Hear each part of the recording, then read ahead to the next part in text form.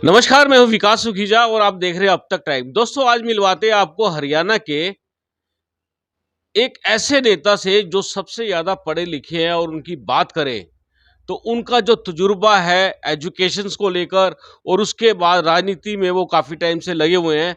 सबसे पहले ये जानना चाहेंगे और जो मेरे साथ जुड़ने वाले हैं उनका नाम बता देता हूं आपको, मराठा वीरेंद्र सिंह वर्मा।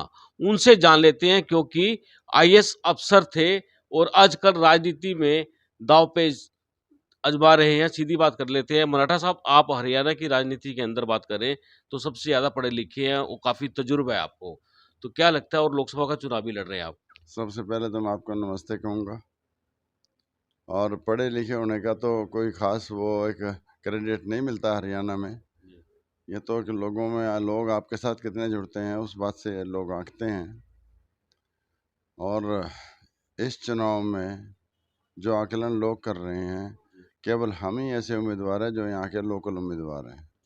बाकी दोनों उम्मीदवार वो बाहरी हैं, भाजपा का भी और कांग्रेस का भी, और दोनों मिली भगत से ही चुनाव लड़ रहे हैं। और भूपेंद्र हुड्डा इसमें रेफरी का रोल अदा कर रहे हैं। जैसे कल 3 विधायक भाजपा को छोड़ के आजाद विधायक थे और कांग्रेस को बाहर से समर्थन कर रहे हैं, इससे क्या उथल-पुथल हुई है? इससे कुछ नहीं फर्क पड़ता, हरियाणा की राजनीति में चलता रहता है ये। दल-बदल होता रहता है। बस ये चलता रहता है ऐसा। उदयभान कौन से परिवार से है? इनके पिताजी के ऊपर क्या टैग लगा था? उनके ऊपर भी यही टैग था। आराम गाराम वहीं से तो बना था। आयराम गैराम का टैग लगा था। हाँ, बस फर्क क्या है इसमें? कोई बात नहीं, हरियाणा में चलती रहती है तो। तो मराठा जी, बात करें, आप काफी बड़े अफसर थे और आपने वॉलंटियर रिटायरमेंट ली थी, एक बार पूरा बताएंगे थोड़ा सा?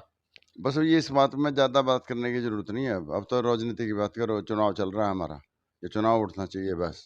क्या लगता है आपको आज आपके इस एरिया के अंदर जंजाड़ी में आपका जो होम सिटी है, घर है, अरे इस भाई, पूरे एरिया के अंदर आज भाजपा वाले लगे हुए हैं? कैंडिडेट को तो लगता रहता है। कैंडिडेट की थोड़ी असेसमेंट ठीक होती है। असेसमेंट तो बाहर वाले की ठीक होगी। आप बताओ मुझे, क्या असेसमेंट आपकी? कांटे की टक्कर बता रहे थे पहले तीनों के अंदर, लेकिन अब आपका जो वर्चस्व है वो धीरे धीरे बढ़ता हुआ दिख रहा है। लोग कहने शुरू कर रहे हैं कि मराठा का वर्चस्व बढ़ रहा है। बस बढ़ा दो इसको, बढ़ा दो, आपकी बहुत मेहरबानी होगी। जनता से क्या अपील करोगे? जनता से तो अपील करूंगा भाई, जनता अपने बीच के आदमी को दे वोट, जो आपके बीच में रहता है हमेशा। हम यहाँ इंडियन ऑयल कॉरपोरेशन की एंसिलरी यूनिट लगवाएंगे, लाखों में लगेंगे, और यहीं के बच्चे लगाएंगे। कितने बच्चे लगा दोगे आप? हजारों में, लाखों में, करोड़ों में नौकरियां करोड़ों में पैदा हो जाएंगी। और यही इनका वादा है, इंडियन ऑयल कॉरपोरेशन का अंडरटेकिंग है, जो किसी आज तक एमपी ने उठाई नहीं। एमपी बोर्ड ऑफ डायरेक्टर्स में होता है, लोकल एमपी जब बोर्ड ऑफ डायरेक्टर्स में होगा तो इनको लगानी पड़ेगी। यहाँ तो बाहर के तकरीबन ज्यादा बाहर के लगे हुए हैं। हाँ, तो बाहर के तो एमपी बन रहे हैं, इसलिए बाहर के लगे हुए हैं।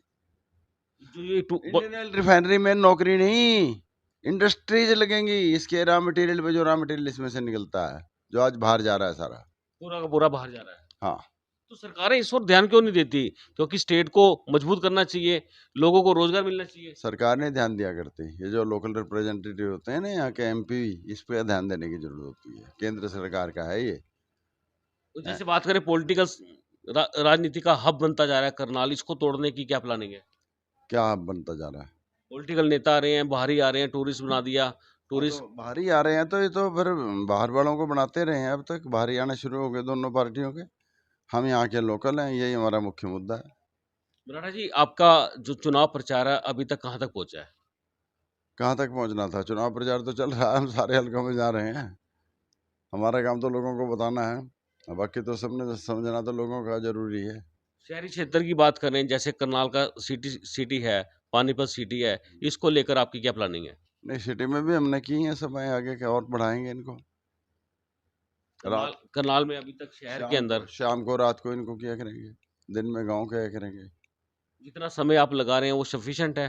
काफी समय दे रहे हैं आप प्रचार के अंदर? और इससे ज़्यादा क्या हो सकता है? अब 24 घंटे को तो नहीं बढ़ा सकते। 24 घंटे में से आप में खाना भी है और सोना भी है।